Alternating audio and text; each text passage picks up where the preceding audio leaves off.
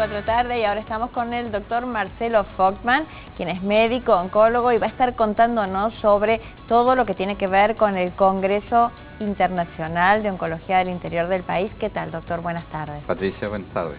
¿Qué tal? Bueno, hablar de oncología, hablar de cáncer siempre resulta un poco complicado, porque por mucho tiempo la palabra cáncer tuvo una, y lo sigue teniendo me imagino, claro, da susto, ¿no? ¿Se han hecho muchos avances en torno al cáncer en los últimos años? La verdad que sí. Primero, gracias por el espacio que nos brindan. La difusión de esta enfermedad es tan importante y queremos remarcar que la evolución del cáncer ya no tiene que ser una palabra que asuste, ¿no? De ninguna manera. Muchos cánceres se curan y tenemos que participar en esta difusión de la enfermedad, sobre todo en los aspectos preventivos que pudiéramos tener y en los diagnósticos precoces. Claro, más allá de todo lo que se ha hecho en cuanto a los tratamientos, avances en cuanto a los tratamientos, en los últimos años también se ha avanzado mucho en cuanto al diagnóstico precoz. Sí, yo creo que lo que nosotros tratamos de difundir es que el paciente o la persona consulte al médico, el médico clínico o un oncólogo, porque también tiene acceso a consultar a un oncólogo, para difundir lo que son los métodos de diagnóstico precoz. Claro. Esto algunos se llaman screening, que son estudios poblacionales, económicos, y que cambian la historia natural de la enfermedad. Y otros que en esa etapa de síntomas muy tempranos llegan a tener esta posibilidad de cura en un alto porcentaje. Claro. Este año, casualmente, la Agencia Internacional de Información sobre el Cáncer dio una publicación muy importante sobre América Central y del Sur, con relevamientos estadísticos concretos del 2012. Tenemos 14 millones de personas enfermas con cáncer y casi 8 millones de estos pacientes pueden morir por cáncer, pero el análisis básico final es que del 30 al 50%, cambiando estos factores de riesgo, Patricia, que pudiéramos tener de cáncer, se pueden prevenir. Y por otro lado, estos hábitos que también pudiéramos cambiar pueden llevar hasta casi un 60% de prevención y curación en este marco de diagnóstico precoz. Cuando habla de cambiar de hábitos, ¿a qué hábitos se refiere concretamente? Los hábitos adquiridos que nosotros pudiéramos tener son hábitos tóxicos como el cigarrillo y el alcohol, tener una vida con actividad física, no tener exceso de peso y tratar de evitar algunas enfermedades e infectos contagiosas.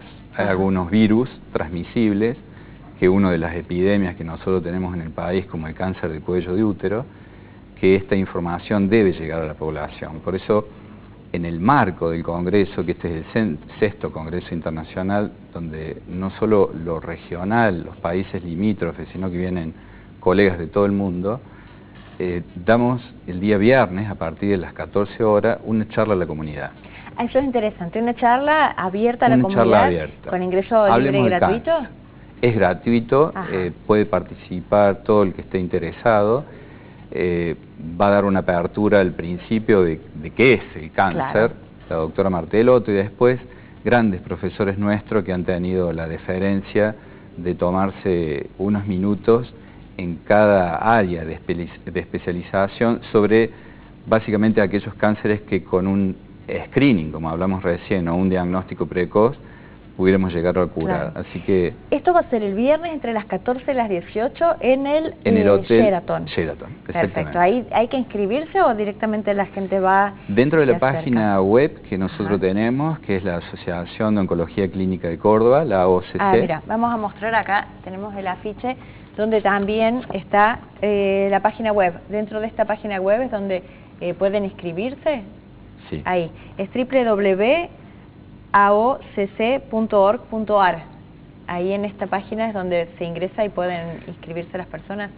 Claro, y como verán ahí están los principales temas y también la parte de rehabilitación y cuidado personal del paciente con cáncer, que no lo tenemos que dejar de lado. Cuando hablaba hace un momentito sobre las prevenciones o el cambio de hábitos que podríamos hacer para evitar algunas de estas posibles tipos de cáncer, habló del alcohol.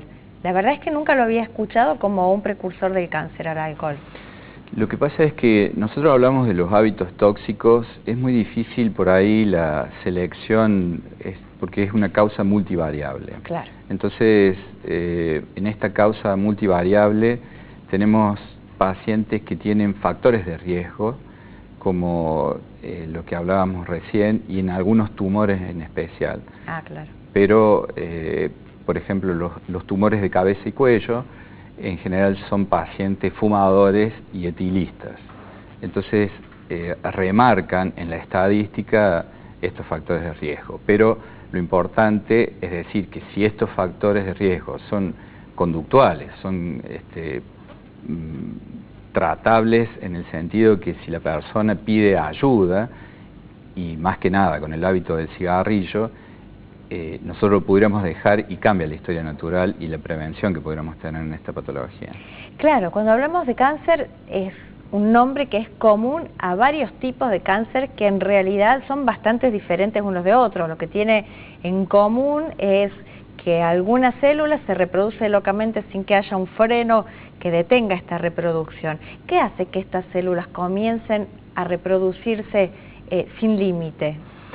Bueno, uno de los mayores avances que estamos teniendo en oncología es tratar de encontrar los mecanismos que produce esta liberación o falta de freno en el desarrollo, en la división de esta célula.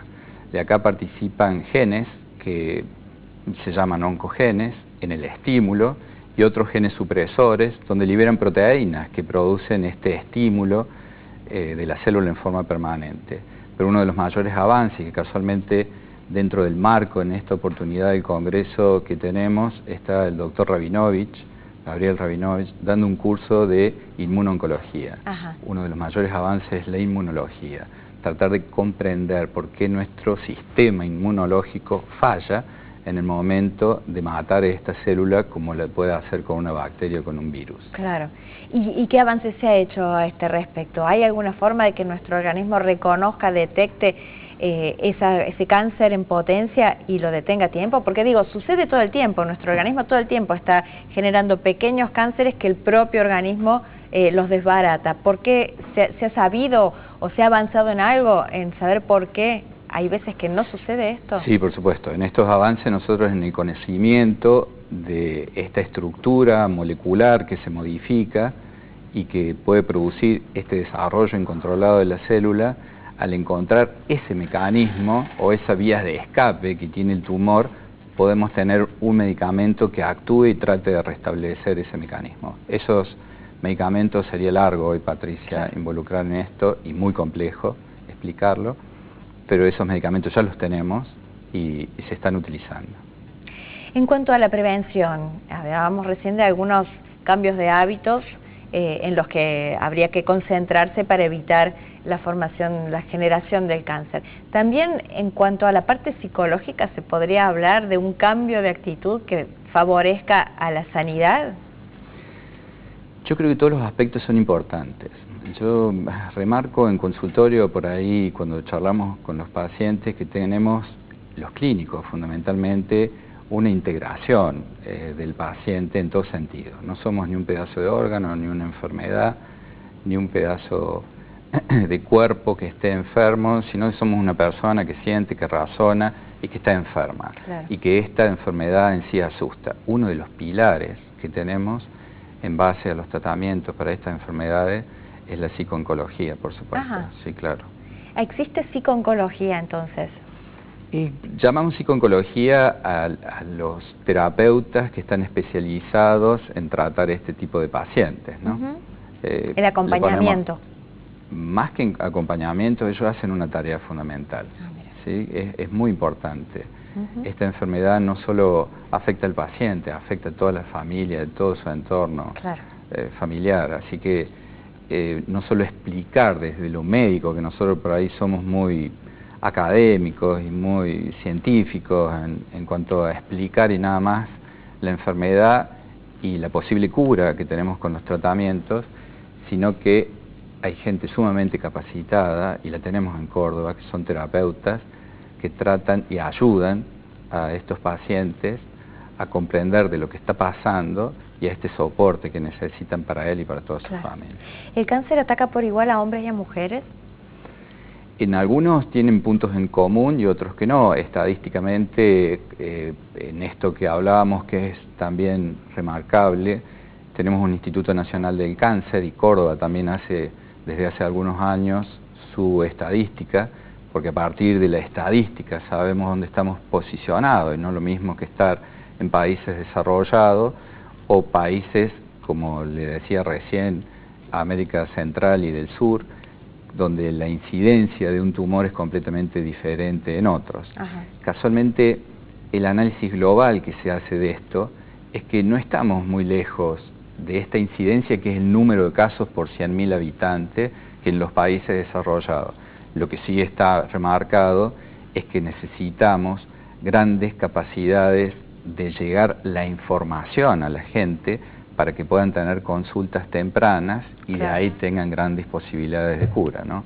Esa es la gran diferencia con los países desarrollados. Con la posibilidad en los últimos años de que cada vez se prolongue más la vida del ser humano, ¿también se han incrementado la cantidad de casos de cáncer, que son normalmente afecciones de gente que ya tiene una trayectoria en la vida, digamos, ¿no? Que ya tiene determinada edad muchas veces? Yo creo que en estas estadísticas, el número de casos por 100.000 habitantes son dos aspectos a considerar. Uno, que tenemos un promedio de vida mucho más elevado, y esto es gracias a la tecnología, y hay que entenderlo y agradecerlo, y que al tener una sobrevida más prolongada, obviamente tenemos más posibilidades de tener un tumor. Y lo otro es que nosotros no estamos, obviamente, en las estadísticas, por ahí en algunas diferencias, es que llegamos a hacer diagnósticos más tempranos. Claro. Que cuando hacíamos en avanzado, por ahí en este grupo de pacientes, bueno, en los números es diferente, ¿no? En estadística. Bueno, doctor, queda hecha la invitación entonces para este Congreso Internacional de Oncología en el Hotel Sheraton, especialmente invitando a todas las personas que serían parte del público en general para la jornada del viernes de 14 a 18 allí en el Hotel Sheraton, pero el Congreso comienza mañana, 9, 10 y 11 de noviembre. Muchísimas gracias por acercarse y contarnos un poquito más sobre esta enfermedad de la que siempre somos eco, porque realmente es algo que aqueja a un gran número de argentinos. Muchas gracias. Nosotros hacemos una pausa ahora, ya volvemos.